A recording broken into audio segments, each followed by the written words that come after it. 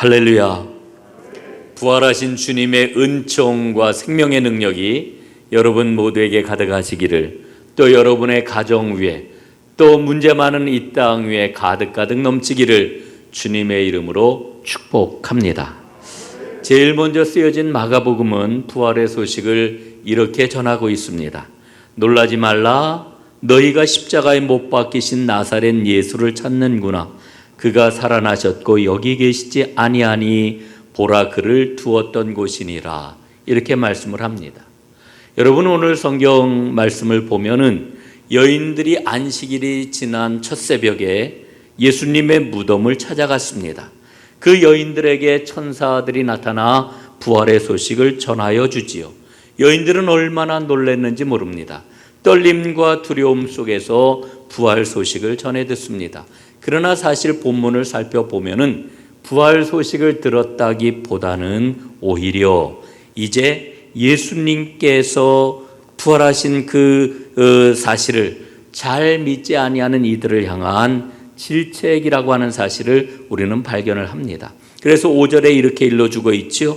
어찌하여 살아있는 자를 죽은 자 가운데서 찾느냐, 이렇게 말씀을 하고 있습니다.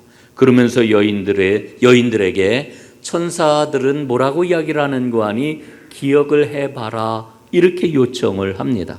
여러분, 예수님께서는 이미 갈릴리에서 제자들과 여인들에게 앞으로 되어질 모든 일을 말씀을 하셨던 겁니다.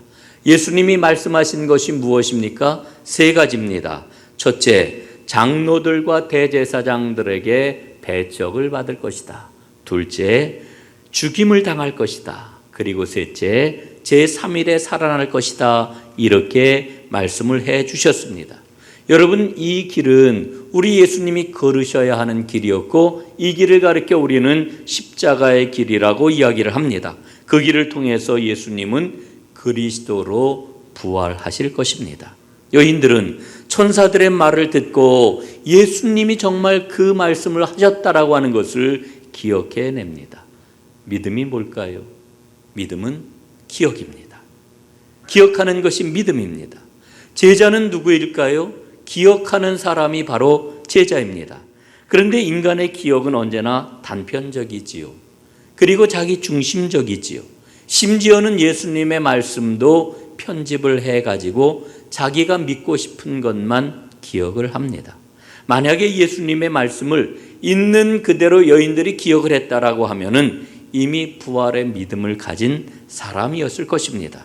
천사들이 여인들에게 예수님의 말씀을 기억해 보라, 이렇게 요청하는 것은 부활의 믿음을 가져라, 이렇게 이야기하고 있는 것입니다. 이 천사의 이야기는 오늘 우리에게도 동일하다, 이렇게 이야기를 할 수가 있겠지요. 부활의 믿음을 가져라. 여러분, 부활의 믿음을 가지시기를 주님의 이름으로 축복합니다. 그런데 부활의 믿음을 갖는 게 쉽지가 않아요. 왜냐하면은 우리의 사고, 우리의 매일매일의 구체적인 삶은 우리가 생각하는 것보다도 훨씬 더 물리적인 자연 법칙에 의존하며 살아가기 때문에 그렇습니다. 야, 정말 예수님이 부활하신 거야? 아니, 어떻게 그런 일이 일어날 수가 있어? 우리는 이렇게 우리의 의식 깊은 곳에서 예수님의 부활을 부정한단 말입니다. 여러분, 여인들도 마찬가지입니다. 오늘 여인들은 이제 부활의 증거들을 지금 손에 쥐었는데도 불구하고 부활의 믿음을 제대로 갖지를 못합니다. 예수님의 빈 무덤을 보았습니다. 여인들에게는 천사들이 나타나서 예수님이 부활하셨다, 이렇게 이야기를 합니다. 그리고 천사들은 그 옛날 예수님께서 멀지도 않은 과거에 하셨던 그 말씀들을 낱낱이 기억해 보라고 그러자 그 말씀도 기억을 해냈습니다. 모든 게 다 맞아떨어지잖아요. 그럼에도 불구하고 여인들은 즉각적인 부활의 믿음을 갖지 못했습니다. 여러분, 이런 모습은 본문에 나오는 사도들은 물론이고요, 우리가 이 누가복음 말씀을 계속해서 쭉 읽어 내려가다 보면은 이 24장에서 누구를 만납니까? 엠마오로 내려가는 두 제자를 만나요. 이 두 제자의 모습을 보면은 이들은 무덤에서 여인들이 겪었던 이야기를 다 알고 있었다라고 하는 것을 말해주고 있습니다. 본문에 나오는 모든 내용을 전해 듣고 있는데도 불구하고 부활의 믿음을 전혀 갖고 있지 못한 것을 볼 수가 있죠. 여인들이 한 이야기를 그런 이야기가 있었대 정도로 이야기를 나누고 있는 것을 봅니다. 여러분, 이게 인간의 마음입니다. 사실 오늘 본문에는 여인들이 부활의 믿음을 어떻게 갖게 되었는지 명확하게 설명해 주고 있지를 않습니다. 그러나 이 여인들은 부활의 첫 증인이 되었습니다. 여러분, 우리가 오늘 좀 살펴봐야 될 것은 여인들이 부활의 첫 증인이 되었다라고 하는 것은 부활이 가져온 하나님 나라를 확증하는 아주 강력한 증거입니다. 여러분, 당시 문화에 비추어 보게 되면은 여성들이 증언하는 그 증언의 내용을 결정적인 것으로 받아들인다라고 하는 것은 상상할 수가 없습니다. 법정에서 증언을 하잖아요. 이게 정말 증인으로 이걸 채택을 할 수 있을 만한 그런 그 내용인지를 판가름해야 되는데 여인들의 그런 그 증언을 그거를 받아들일 수가 없었다라고 하는 그런 그 이야기입니다. 그런데도 여러분, 부활을 이야기할 때 여인들을 첫 증언자로 내세우고 있는 것은 예수님의 그 부활이 지금까지 있었던 그런 그 세상의 체계를 근본적으로 뒤집어 놓는 일이라고 하는 것을 우리에게 일러주고 있는 거지요. 여러분, 또 한 가지 생각을 할 수 있는 것은 여인들이 부활의 첫 증인이라고 하는 것은 이 부활이 역사적 사실이라고 하는 것을 강력하게 보여주고 있습니다.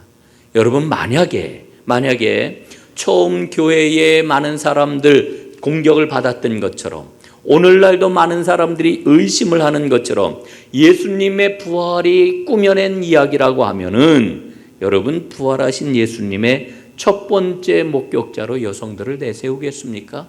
참으로 한심한 이야기입니다.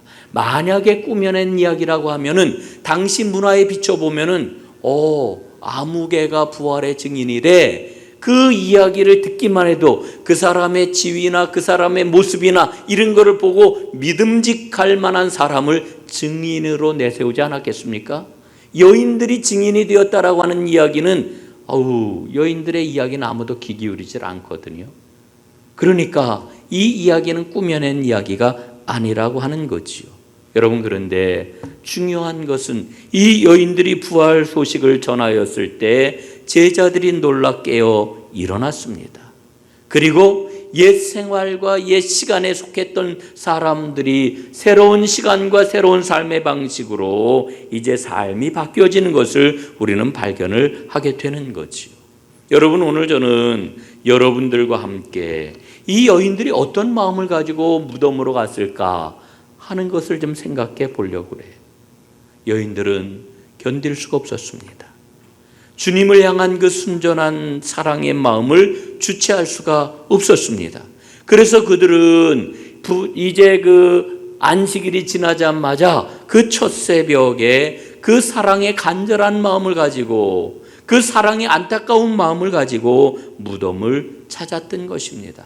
예수님에게 그 몸에 향유라도 발라드려야지 라고 하는 사랑의 마음을 가지고 무덤에 찾아갔다가 그들은 부활의 첫 증인이 되었던 것입니다. 여러분, 예수님께서 십자가에서 죽으셨습니다. 여러분, 예수님이 왜 십자가에서 죽으셨습니까? 예수님이 십자가에서 죽으신 이유는 오직 하나입니다. 사랑 때문에 십자가에서 죽으셨습니다. 예수님이 부활하셨습니다. 뭘로 부활하셨을까요? 사랑으로 부활하셨습니다. 여러분, 여인들의 마음속 깊은 곳에 간절하고도 안타까운 그런 그 사랑의 마음이 있었는데 그 사랑을 가지고 부활하신 주님을 그들이 만나게 되었을 때에 그들은 부활의 소식을 잘 담아낼 수가 있었던 것이지요. 그래서 부활은 사랑의 열매라고 이야기를 하는 것입니다. 그래서 부활의 역사는 언제나 사랑으로 역사하고 사랑 가운데 전하여진다라고 하는 것을 우리는 보게 됩니다. 여러분, 그 미국 보스턴 외곽에 가면은 고든 코넬 신학대학원이 있습니다. 이 학교를 처음 시작한 사람이 러셀 코넬이라고 하는 사람인데, 이 사람은 남북전쟁 당시에 북군의 중요한 지휘관 가운데 한 사람이었습니다. 그런데 전쟁 중에 남군과 치열한 전투를 하다가 그만 밀려가지고 후퇴를 하게 됩니다. 이때 지휘관이 갖고 있는 지휘도 칼이 있어요. 칼을 그만 적진에 빼치고 도망을 하고 말았습니다. 군인으로서는 너무너무 수치스러운 그런 그 일이었지요.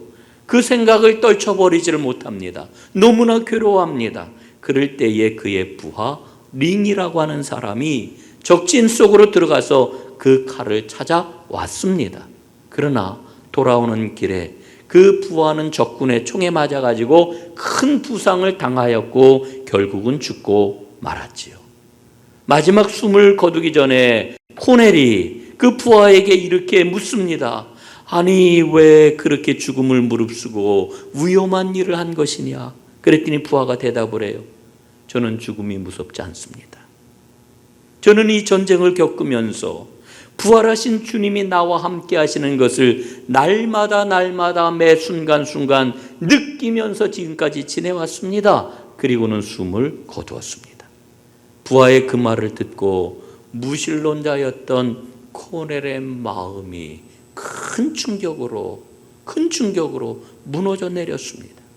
코넬은 그 부활을 생각을 하면서 무릎을 꿇고 기도를 했죠. 하나님께 오 주여 내가 어떻게 해야 되겠습니까? 코넬은 예수님을 만났고요. 이후에 신학을 공부해서 목사가 되었습니다. 그리고 자기의 전 재산을 다 들여가지고 코넬 신학교를 세우게 되었다고 그래요. 링이라고 하는 부하가 가졌던 부활 신앙이 사랑으로 역사한 결과입니다. 여러분, 예수님의 부활 소식은 여인들이 펼쳐놓은 사랑의 보자기에 잘 담겨졌습니다. 그리고 그 이후에 부활의 소식은 언제나 사랑으로 전하여지고 사랑으로 그 소식이 닿는 곳마다 생명의 역사를 불러일으키기 시작한 것입니다. 오늘 우리는 그 부활의 소식을 만났습니다. 그 부활 소식이 나에게까지 당도했습니다. 오늘 우리가 그 부활 소식을 사랑의 마음으로 받아들인다라고 하면은 지금까지 멀리 보였던 그 예수님이 진짜 내 삶의 주인이 되시고 내 삶의 능력이 되시고 내 삶의 생명이 되어 새로운 삶을 일구어 주실 것입니다. 주님의 그 크신 은총이 여러분을 통해 우리 공동체를 통해 아름답게 드러나 온 세상이 주님의 생명으로 가득할 수 있기를 간절히 바랍니다. 기도하겠습니다. 하나님 고맙습니다. 부활의 큰 기쁨을 저희에게 주셨으니 이제 그 큰 기쁨이 나의 이야기가 되게 하시고 나의 고백이 되게 하시고 나의 삶이 되게 하시고 나의 간증이 되게 하여 주옵소서. 예수님 이름으로 기도드리옵나이다. 아멘.